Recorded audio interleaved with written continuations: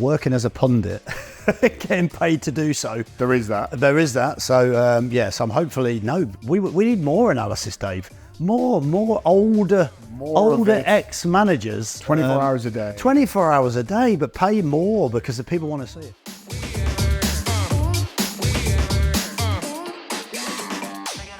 Five or six conversations a season.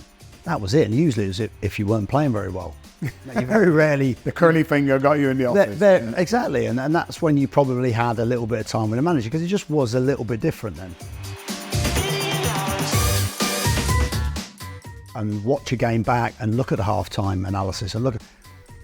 I think you have to be careful as a player, manager, coach. You know, I think you have to be very careful that you don't take that outside opinion too far and too much to heart. I think, you know, some people will listen to that and watch it back and try to dissect what they want to dissect and what they think can help them. Welcome, football fans, to Breaking Lines, the podcast that takes you behind the scenes of the beautiful game like never before. I'm Gary Rowett, former player and manager, joined by the insightful Dave Carolan, a man with his finger on the pulse of football's beating heart. Together, Dave and I bring you unrivaled insight, context, and a few stories from the trenches. Join us as we dissect the game, break down the plays, and explore the intricate dance between managers, players, fans, and the beautiful game itself. This is Breaking Lines, where the game is more than just a match.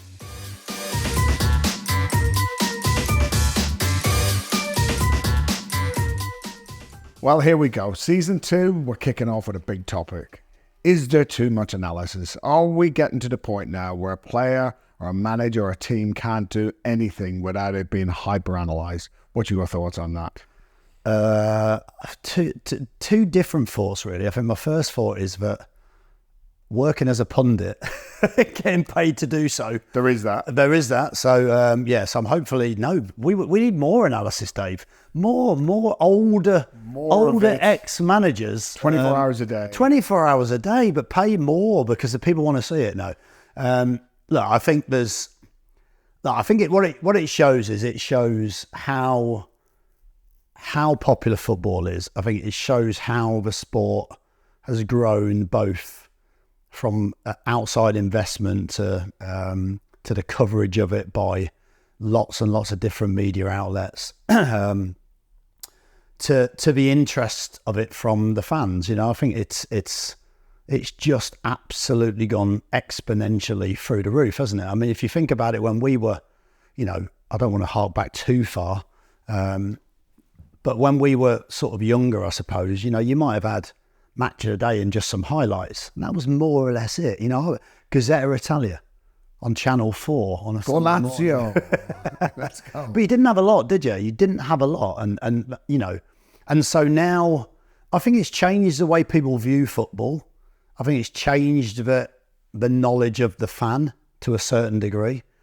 I think it's made things tougher for someone involved in the game, you know, at the sort of base level, you know, stood on the touchline under pressure, whether that's a member of staff or whether that's a, you know, not just a manager, head coach, whether that's a director of football, whether that's a CEO, whether that's a head of analysis, head of medical, head of performance.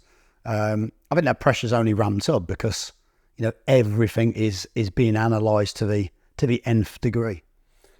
And that makes a challenge, isn't it? Like, you only have to sit and watch a live game that's on the TV, and at halftime you may have people like yourself or ex-players or people who've been in management who are almost second-guessing what you should do for the second half, the changes you should make, the tactical tweaks that you should embrace before you come out for the second half. And if you don't do them, it's almost in the studio, it's nice and cold, and it's you're not under the pressure of making the decisions that you have to inside the dressing room. But if you don't do almost what they do or what they suggest, then are you criticised then for not making the changes that they think? Yeah, look, I think first and foremost, you understand the role of the pundit, the analyst, whatever you might call it, the commentator, you know, the ex-pro on co-coms. You know, you understand that they've got a job to do, just like you've got a job to do, and their job is to give information and opinion on the game. And of course, it'd be a very poor coverage of a match if at halftime everyone said, well, it's easy for us to sit here and say what we think he should do. Well, of course, that's what you're paid to do. So you have to give an opinion. Sometimes when you're at the coal face, shall we speak, that opinion feels a little bit easier to give, like you say, when you're sat in a nice studio and you've had the benefit of seeing the first half play out or the second half play out or the whole game play out. So I think it's very different. I think when you've been on both sides, you understand both roles and how very different they are. What I think is different now and I think is a big challenge for any manager, is the fact that, the fans are watching these insights and people outside the game or who are maybe not at the game are watching these insights. And I think that's really, really putting a lot more pressure on a manager or staff, because, it's easy for people to see after a game what you maybe should have done or an opinion of what you should have done. And of course, that becomes the narrative, particularly if you lose, that becomes a narrative. And, now it's dissected in so many different ways, that narrative's easy for people to follow. And that is the challenge, is that before you've even got to your coach's room after a game, it's already been absolutely analysed to an inch of its depth by people online, but in the studio. So the narrative is already being formed around the game. Obviously, there's the result and there's the performance. Everybody can witness that. But it's now starting to tell the story around the game before you've even got to do your press conference. Almost the headlines are already written, they're already out there. It's on a website somewhere what the analysis of the game is, the player ratings, the coach's rating. That's got to be a long way from when you started. What was it like, say, when you started out early in the days? Like, was it just like a videotape that you used to get to watch your game back? Was there any kind of analysis going on? Yeah, I think as a player back in the day, like the only real feedback, if you like, was from the manager or the coaches after games, in the week. But that wasn't an awful lot, because often as a manager, you might have spoke to the manager probably 5 or 6 conversations a season. That was it. And usually it was if you weren't playing very well. You very rarely... The curly finger got you in the office. Exactly. And that's when you probably had a little bit of time with a manager, because it just was a little bit different then. You were expected to almost manage yourself and analyse your own performance rather than think about other people doing it. You would get a videotape of your clips so that you could watch them back maybe and get a little bit of feedback that way. But again, you were still evaluating that yourself. Now as a Premier League footballer, you could essentially, like put Match of the Day on or put Sky on and watch a game back and look at the halftime analysis and I think you have to be careful as a player, manager, coach. I think you have to be very careful that you don't take that outside opinion too far and too much to heart. I think, some people will listen to that and watch it back and try to dissect what they want to dissect and what they think can help them. Some people won't want to listen to that at all, because it's like anything, isn't it? It's let's say you're getting negative feedback from people that don't see your work every day. They don't see your work every hour. They don't understand your character necessarily. They don't really know what makes you tick and your history and your background. So it's very difficult to take on board too much information from people that don't work with you every day. So I think it's up to you how you see that. And I think also as a fan, it's difficult, isn't it? But I think it's also dangerous as a fan if you only ever look at the information given to you by people that are paid to almost critique performance. I think that's also dangerous as well. I think most or a lot of fans would have a slightly more balanced view. Some wouldn't, so it's like anything. Some players, some fans, some members of staff would take it in different ways. And I think you have to work out yourself which analysis, you want to listen to or you think is the most helpful to your performance or your team's performance. I think that's the important bit. How do you think players take that nowadays? You've obviously worked closely with players, and how do you think they find that information after a game or the information from, does that affect them in your opinion? Well, it's amazing because now they can come straight in after the game, and by the time you finish speaking to them, they can go straight onto the phone. They can see all of the stats. It's literally there for them live through the various app providers. They can find out absolutely their pass completion rates and how many threatening balls that they attempted in a game. So straight away, they're able to almost self-reflect on their own performance. Obviously, 25 years ago, there was one videotape, and that tended to go to the manager, and you would never see it again. There were limited highlights on TV. Players are pretty switched on nowadays, aren't they? They know very quickly on their technical stats.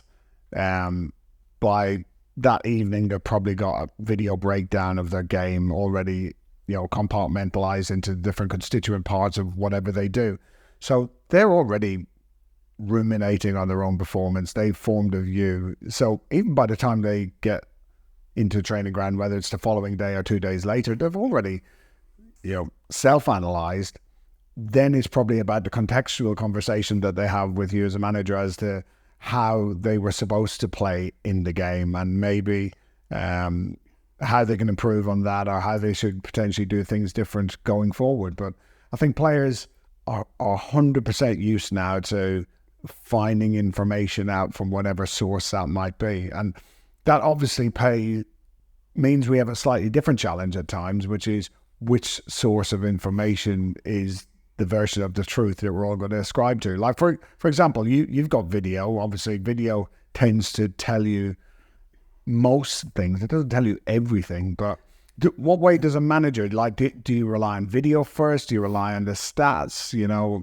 Is it a technical report, a tactical report, or do you have to put it all together? Yeah, I mean, first, I mean, it's a really important point that you make, that, it doesn't tell the story completely. And I think that's the thing with data, isn't it? If we're talking about that type of analysis, I remember back to when I first started playing, or very early on in my career when I was at Derby County, and we had Steve McLaren was the coach there, and Steve introduced Prozone, which at the time was cutting edge. You'd sit there in the chairs, you'd be getting there'd be a massage. Animations. There'd be a massage chair while they'd have, a big screen in front of you, and they'd put different forms of data on there. I think that was part of the upsell of Prozone. They gave you the massage chair so you sat in that and got nice and comfortable.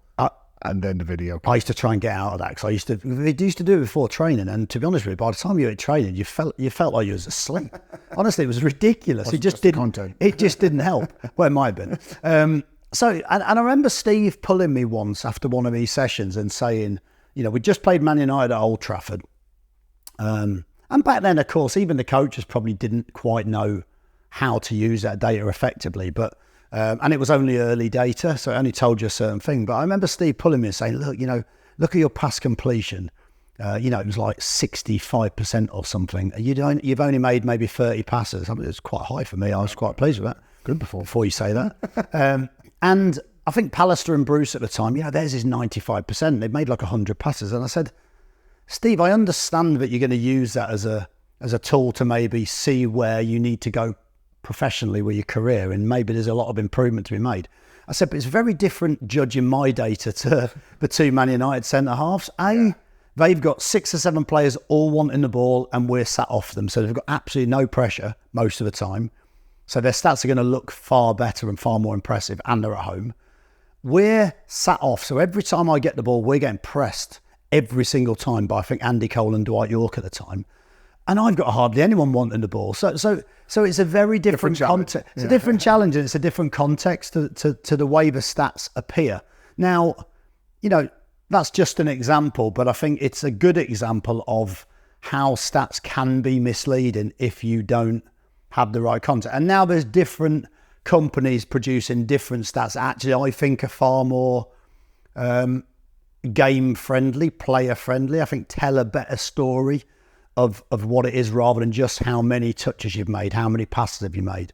But I think players now have a far better understanding of those stats and a far better way of maybe not a far better way of using them, but they'll use them nonetheless. I mean, I remember Matt Smith at Millwall, like Smudge was a really intelligent guy. We'd both say it, probably one of the most articulate and intelligent players that we've worked with. It's a limited race, that one. Yes. Yes. It's not a great league table, is it? But no. but he was really bright, and he'd come up to your office, and let's say I was leaving him out for a game that I didn't think suited him. Perhaps maybe we're away from home against a really tough possession-based team, and I just felt we needed a little bit more mobility to get after teams. And he had a great skill set, didn't he? But still effective now. At Salford, he's scoring a number of goals, having a great season. But Smudge would come up, and you could say whatever you wanted to him, but he'd already be armed with all the information.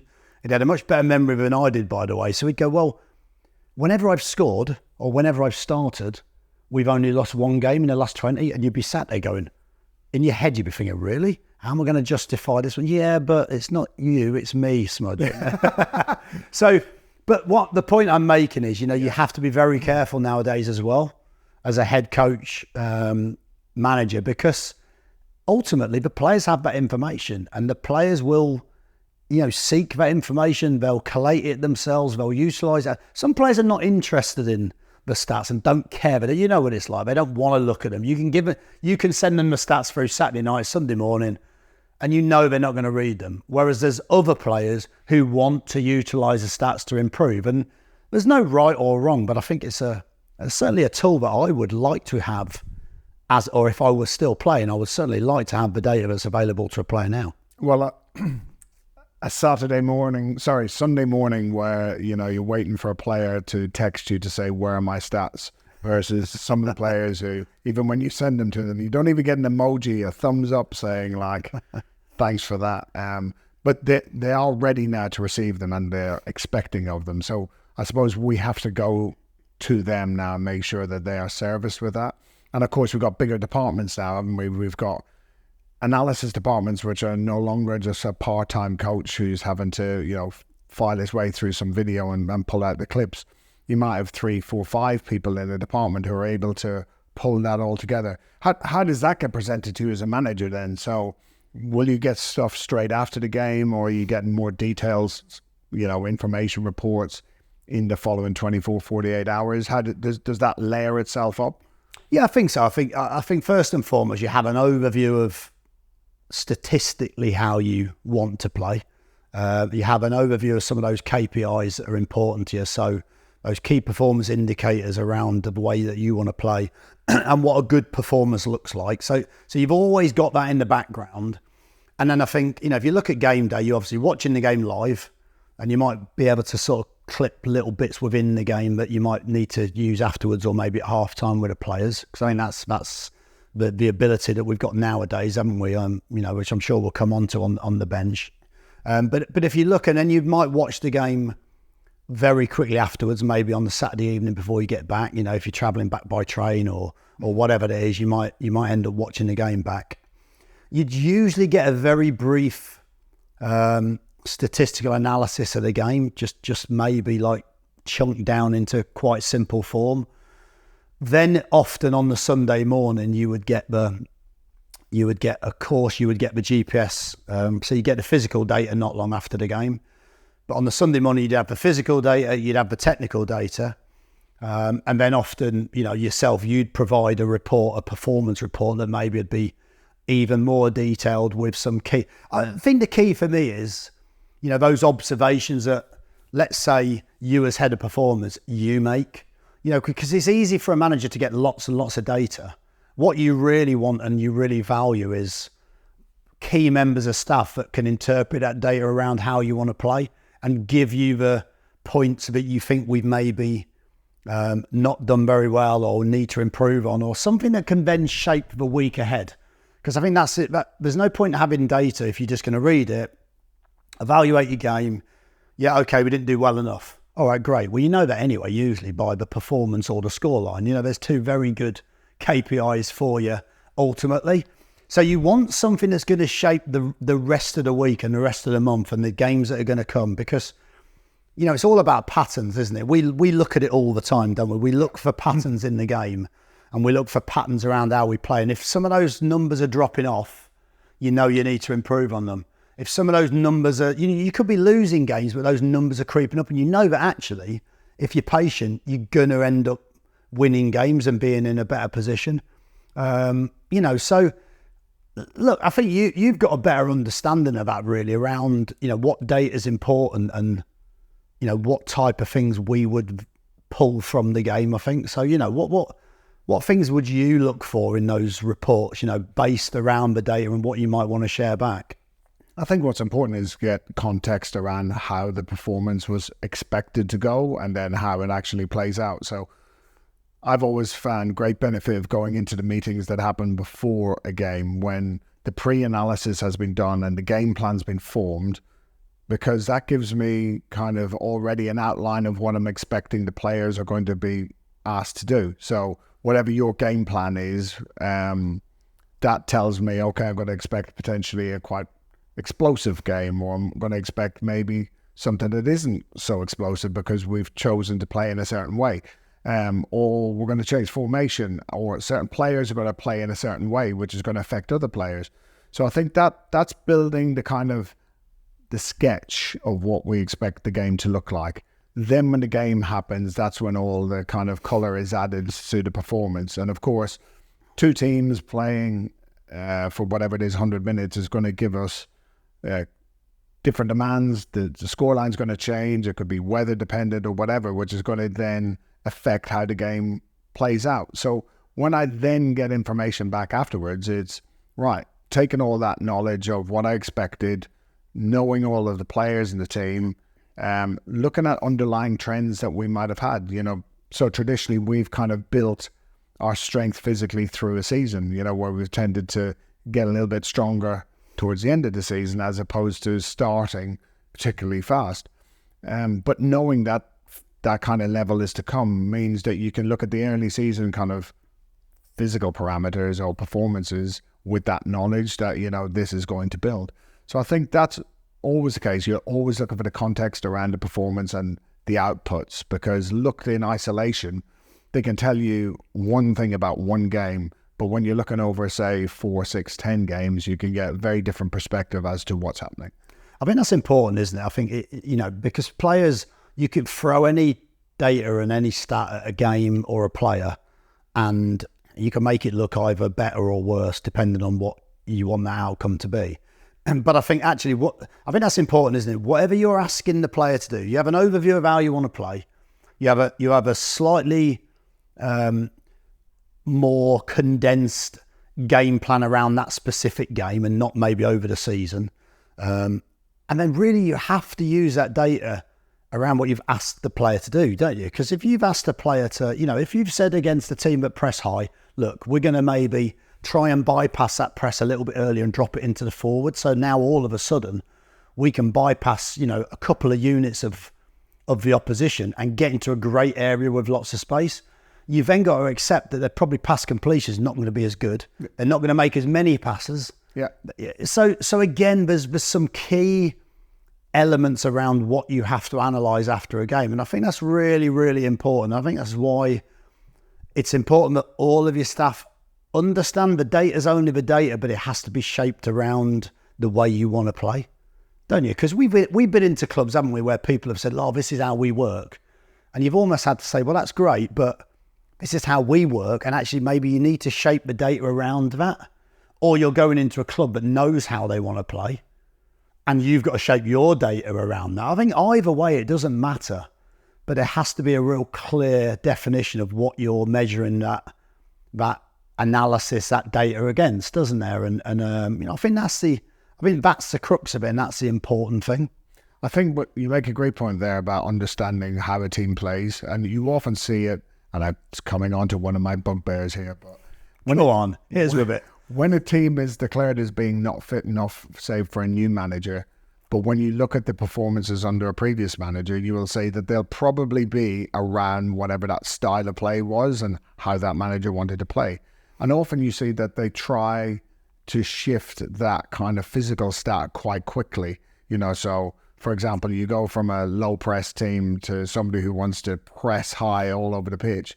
That's a fundamental shift and a change for players, which is quite new for them and quite challenging for them. So even though certain numbers might be depressed in a certain style of play, you can also see in other styles of play, other numbers certainly come to the fore, but other ones may diminish off. So you could be a high explosive acceleration team, you suddenly become a counter-attacking team and you watch your sprint levels go through the roof. And there are different demands on players, but again, it's understanding how you use that information. There's always a story to be told in the data, whatever form of data, whether it's video, whether it's just statistics or it's GPS or whatever.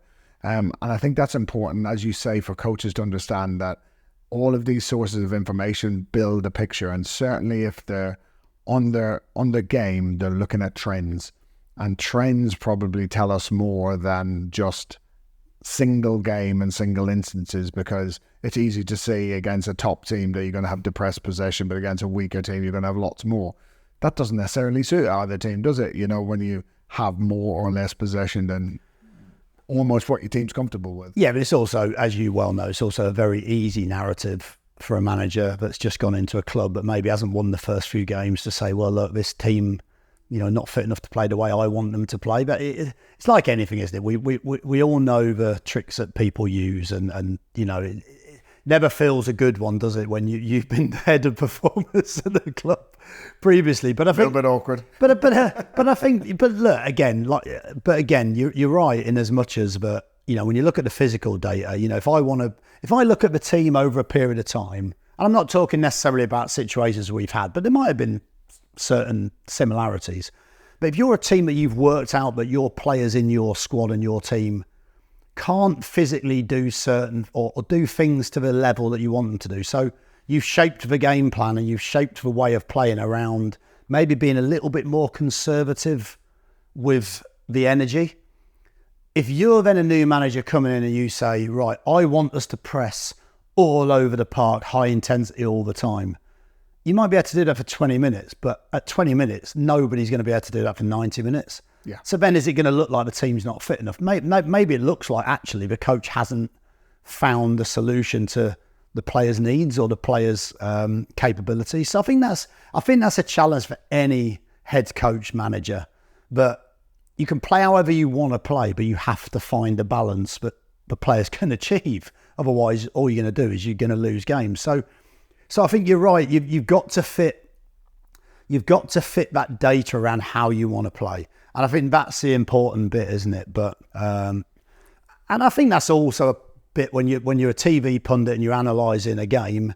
It's also very easy to throw XG around. It's also very easy to throw GPS stats around, and there's so much available to the TV now, isn't there, or the media in general, that. You know, there's always context there, isn't there? And I think it's only, I think it's easier to find that context when you're working in the club and you're working with the team and you'll work it and you know what you're trying to achieve.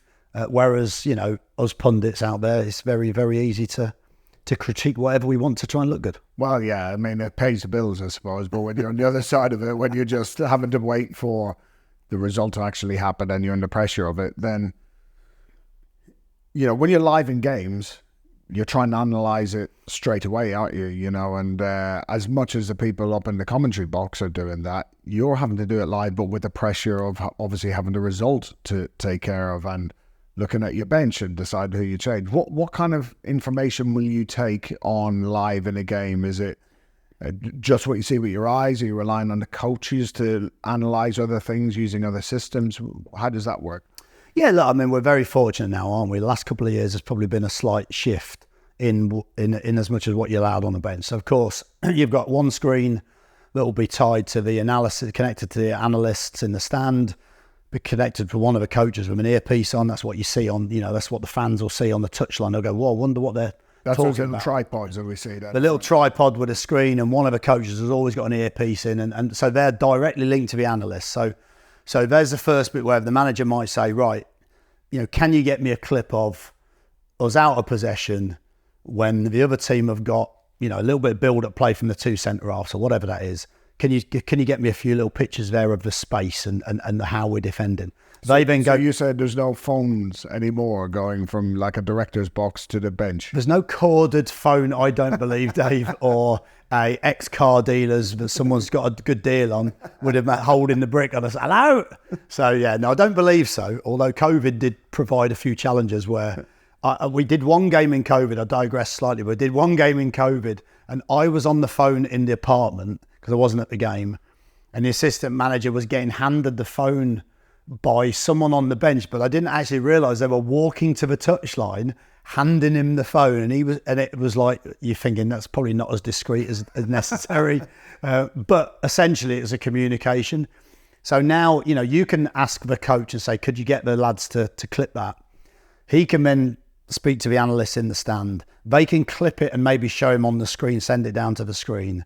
You could maybe use it at half time. So it's really, really interesting in a way that you can use it. Obviously, technology provides certain challenges in certain stadiums. Yeah. But I think it's a great way to maybe share the message to a player. You might be able to tell him, but he might not be able to really, truly understand it until he sees it on a TV or on an iPad. You can show them that at half time. And you've got to be careful how you use it, of course. I think there's also the GPS stuff. So for example, you would have the physical stats and you'd be able to see how that plays out. I mean, share some of that information that you would feed back to me, because you would be able to give me some real context around the performance of the team and individuals, wouldn't you, on the GPS? Well, one of my roles is obviously to look at, for example, the ebb and flow of the game, what the intensity of the game is like, how that relates to kind of our normative kind of performances, or is this a particularly hard start to a game, or is it quite an easy start to a game? And then as the game changes, through the aforementioned score lines or whatever's happened within the game, you could have a player getting sent off, or the opposition have changed formation and it's suddenly putting increased demand on certain players. We'll also be tracking that as well to say, look, this player is, overreaching, they're stressed in this kind of game. So it might be worth considering that if there is a substitution to be made, that this player is probably going to fatigue a little bit earlier than normal.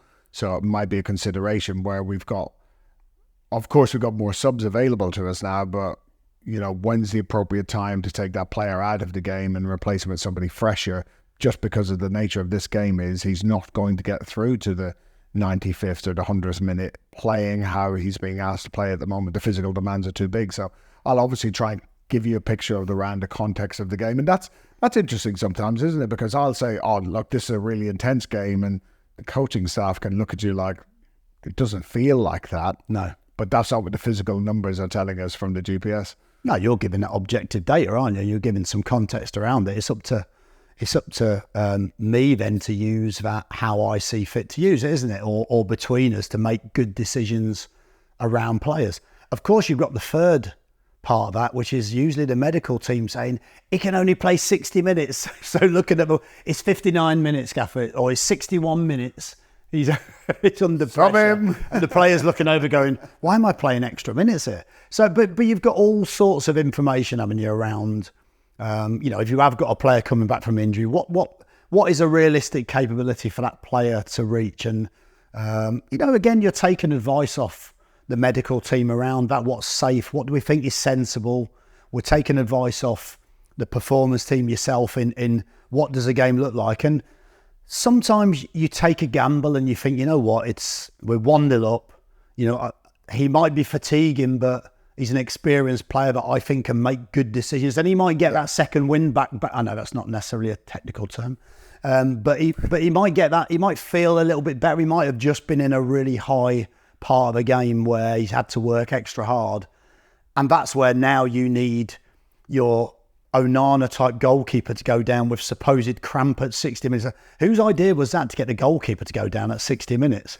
Well, it's clever use of the laws, isn't it? You can't take the keeper off if they're injured. So, they're going down. And I think some teams have looked to manipulate that. But then I suppose that's another way of now, the analysis now, the game is going to go on to 100 minutes. So if you need to have a tactical break, right in the middle of the half, if you need to do that, you just select which player is, almost I know worth sacrificing, but you might take off a striker, or not take off a striker, but a striker might end up with a cramp, which just gives you time to maybe look at the game and decide around substitutions. Head injury. Striker has to have some striker head injury. But you see those challenges, don't you, within the game, and sometimes there's opportunities tactically to get some information onto the players. There's opportunities physically where maybe you're under the cosh, you're under pressure. So there's a different type of challenge. You're under pressure, and you just need to break that up. And that's why you see managers throughout the land, and it'll never change,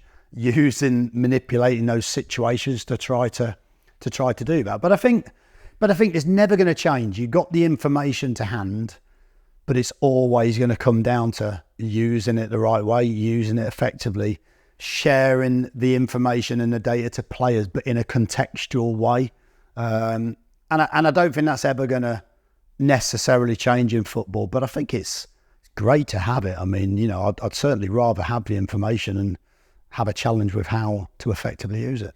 And do managers then have to upskill themselves in all of this stuff? Who teaches you all about doing your own video clipping and teaches you all about XG and that? Or is this something that's just infiltrated the game and it's part of like the learning of the modern coach, that they're expected to stay up to date with all of this? I think you have to. I think the game moves, the game changes. The premise of the game and the parameters of the game don't change too much. But I think you have to be with those changes, don't you? If you don't understand the stats and what they mean, and how can you interpret a report? And if you can't interpret a report, yes, you've got good staff to do that for you. And I think that's very important, that you allow those staff to get their own findings on it and what they think and share that with you.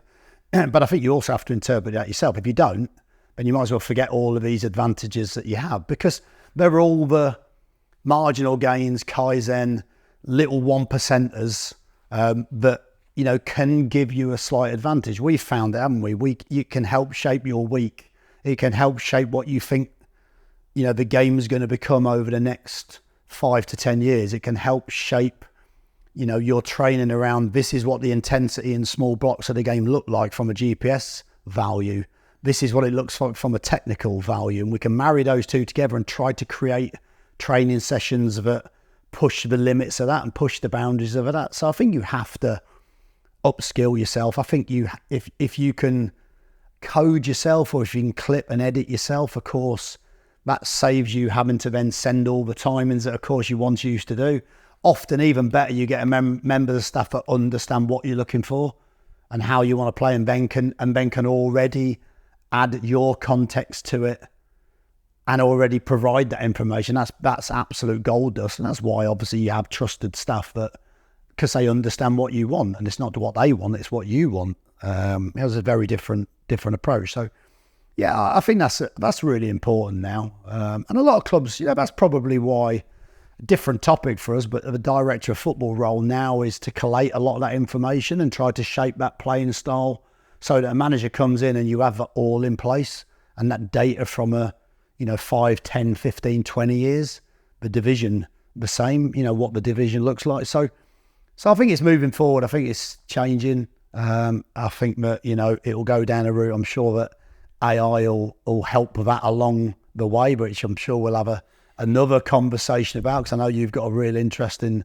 that also. But I think it's fascinating. I think it's exciting. I think that the analysis only adds to the information around it and shaping the game. But the game's always still the game, and it doesn't necessarily change it.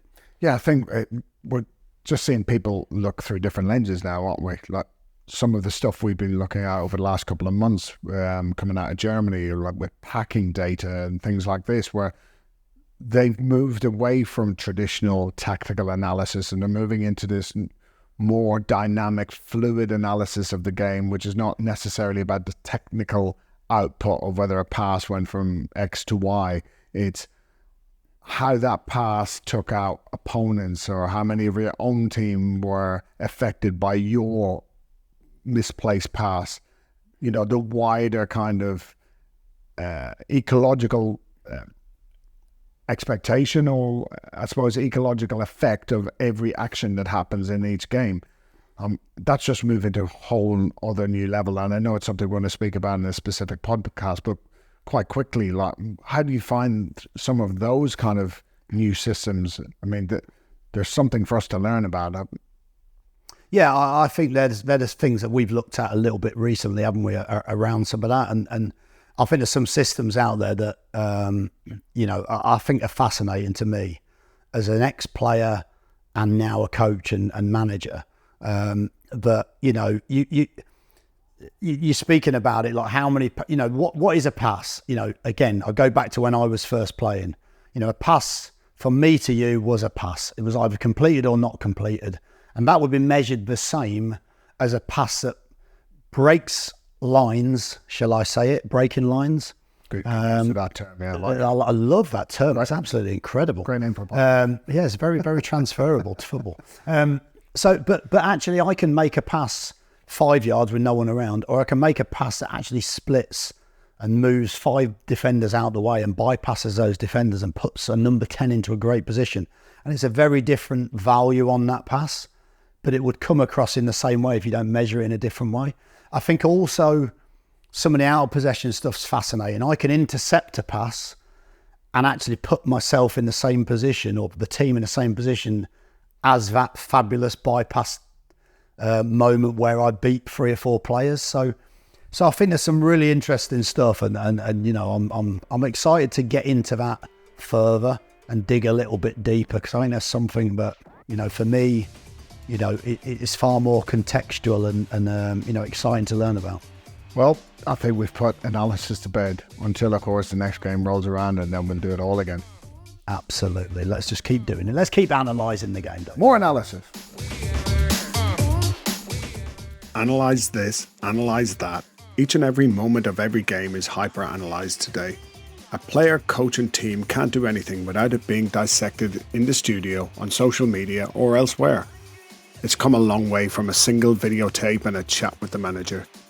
And as technology and data providers continue to become even more elaborate with their understanding of the game, have we lost the true essence of sport? Decisions are made, mistakes happen because humans play sport in the moment, yet the analysis takes place using supercomputers and slow motion replays. For the modern coach, they need to decide what and who is relevant as they look to build a winning team. Thanks for listening, and please subscribe to us on your podcast player or see the episode on our YouTube channel. Join us next time on Breaking Lines when we go behind the dressing room door once more.